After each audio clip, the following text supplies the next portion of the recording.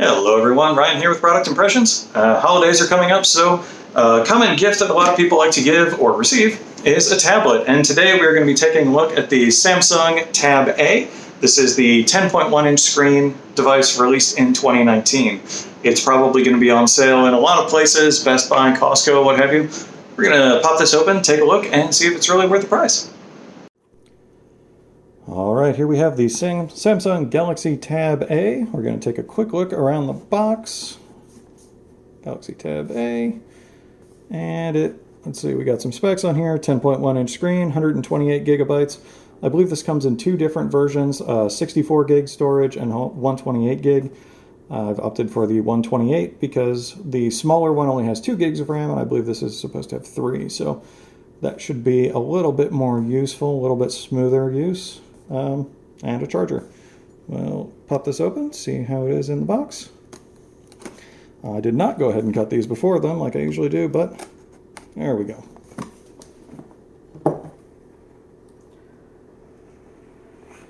There we are. Okay, we've got the tablet right on top. In kind of a thin fabric feeling kind of envelope here. It does feel nice. I mean, you're only going to be using it the one time before you take it out of the thing. How do I actually get this? There we go. A little difficult to get open, but whatever. It's not like you're going to be using it all the time. Pretty nice looking tablet. Slim bezels around. You can kind of see the difference between the screen and the surrounding bezels. Samsung got rid of their manual buttons down here, so I assume it's going to be more of a traditional Android experience. Very nice feeling aluminum back. Plastic across the top, kind of similar to how Google does their Pixel devices, where it's mostly aluminum, but then kind of a strip of plastic for all of the antennas. Got the camera there. Yeah, not a whole lot else to look at on a tablet, so we're going to get this turned on, set up, and see how it goes. What else comes in the box? Pretty much a standard Samsung charger. If you've had any Samsung devices, and God, probably about the last 6 years or more, they come with a very similar charger to this. It is charging with a USB Type-C. Hey, there you can see it. And anything else in the box?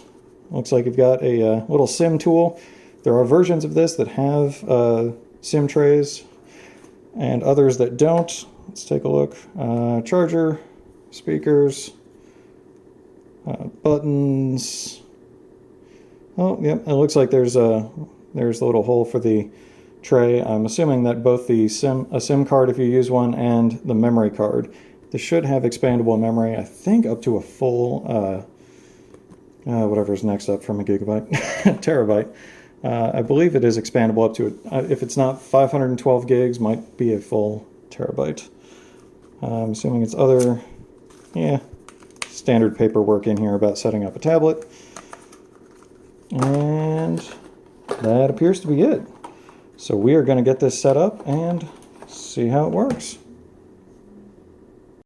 Alright, so I've had this Galaxy Tab A for a little while now and ready to present my thoughts.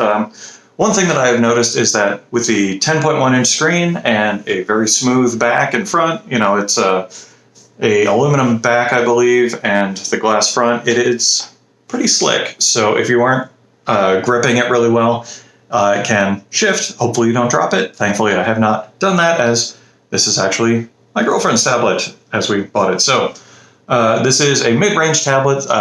With the specs, it has 3 gigs of RAM, so it's going to be very responsive as far as normal use. If you are just streaming videos, internet surfing, you're not going to experience any issues. If you install some of the more demanding games, like I know PUBG is really popular, it might lag a little bit there every once in a while, depending on what's going on. But overall, if you're considering something like this, either for yourself and you're not using a lot of the intensive Android games, or if you are just more of a casual user, you want something to sit on the couch with and browse the internet or watch videos, this is a very good option to consider. You're not going to have a whole lot of lag or issues, especially considering this is more of a mid-range tablet, or mid-range to inexpensive tablet, being around $200. It does have Samsung's, I'm not sure if they're calling it TouchWiz or One UI skin on top of the Android, which can cause some minor slowdown every once in a while, but it doesn't really happen all that much. This is a very nice, very nice tablet. It is stable for what they've put on it. The Samsung interface is not my favorite, but you can always get a different launcher or what have you to use with that. Let's move a little bit closer. You can see there are no hardware buttons on the Samsung tablets anymore. It's been a couple of years they got rid of those. Thankfully, the bezels can be much smaller, which means it is actually possible to hold this 10-inch tablet in one hand. My hands aren't particularly big, but between my thumb and little finger, you can see I can hold on to it pretty securely.